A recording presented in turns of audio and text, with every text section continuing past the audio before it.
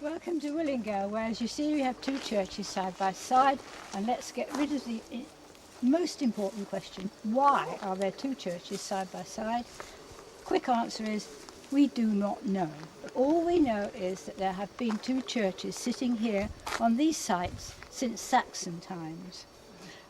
There are stories. There are 6 other places in England and Wales where they have similar setups. The stories, I'm sure you all know, there's 2 sisters. The 2 sisters wanted to build a church, and they couldn't agree on the style, so they each built one side by side. Second same fable is that there were 2 sisters.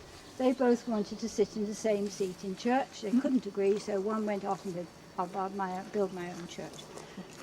Probably non-existent. And also, if you go to those other churches, you'll find they have similar stories. So back to basics. The question I'm always asked is, why 2 churches? I do not know. So now I'll tell you what I do know about the churches. And please, I'm not an authority on anything. I've only picked it all up, and certainly not on architecture.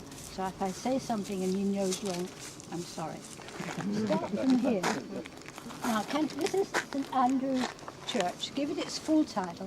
It's St Andrew's and All Saints, the parish church of Willingale, Spain.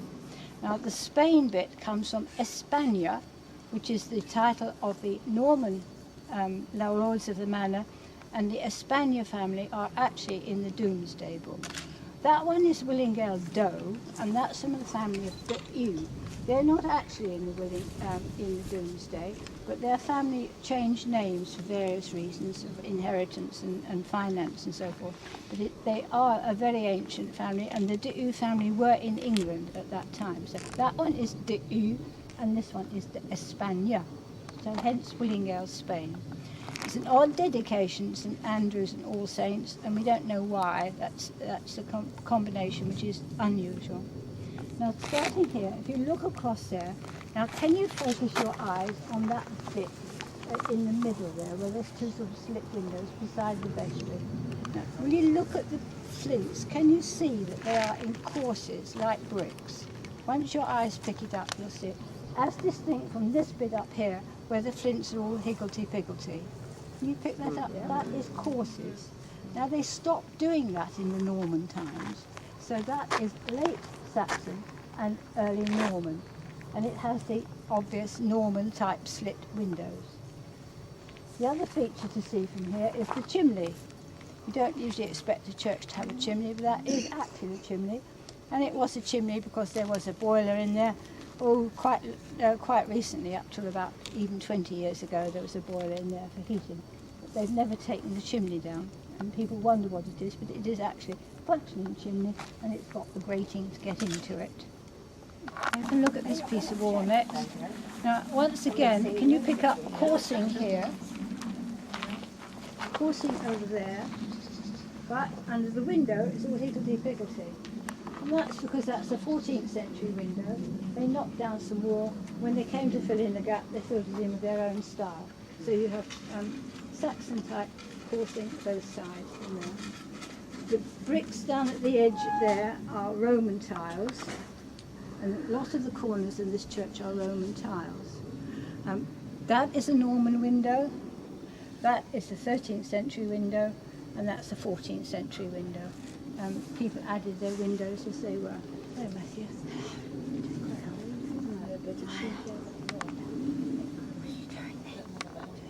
Roman bricks all the way around the doors. The rest of the church is flint and rubble filled in between. And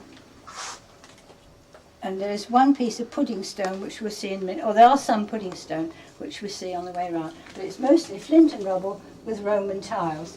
Now there's a lot of Roman evidence around here. There is a vase which was found, a beautiful vase was found opposite, and of course there are cremated remains were found in one of the barns, Roman cremated remains.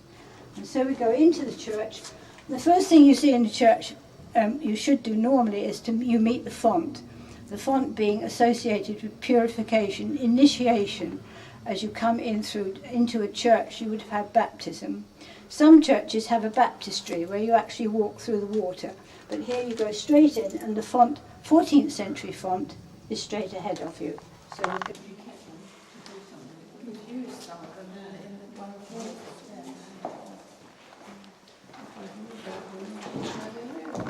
they're 1890 in memory of the Reverend Russell Parker, who died about that time.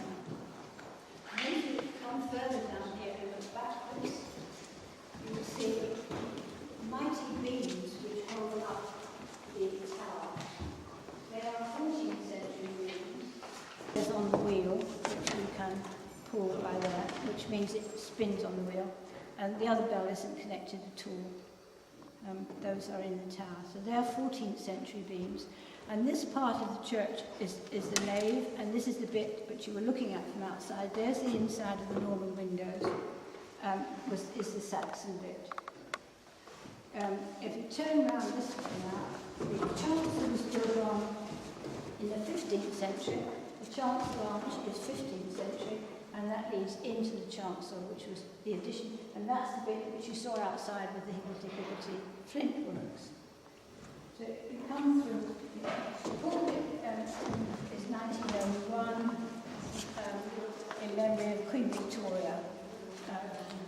This family, the Brockets, they were at Willingale, Spain.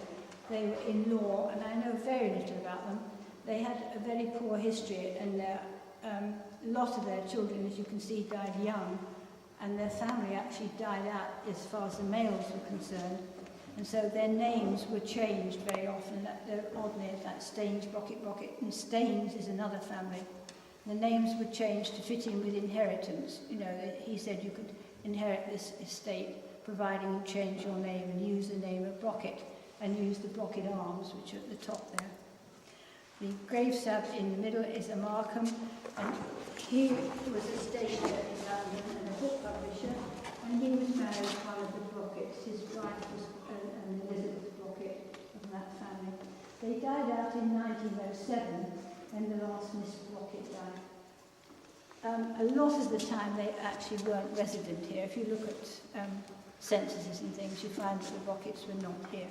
They do have a lot of association with Rye in Sussex. The original fellow was a lawyer, which raised his money, presumably. You need to come up and see this on your own. Up here, there is a scratching. It's really, I mean, modern term would be graffiti. There's a bishop up there where my finger is, and it's down here. There's lots of bows and arrows and things.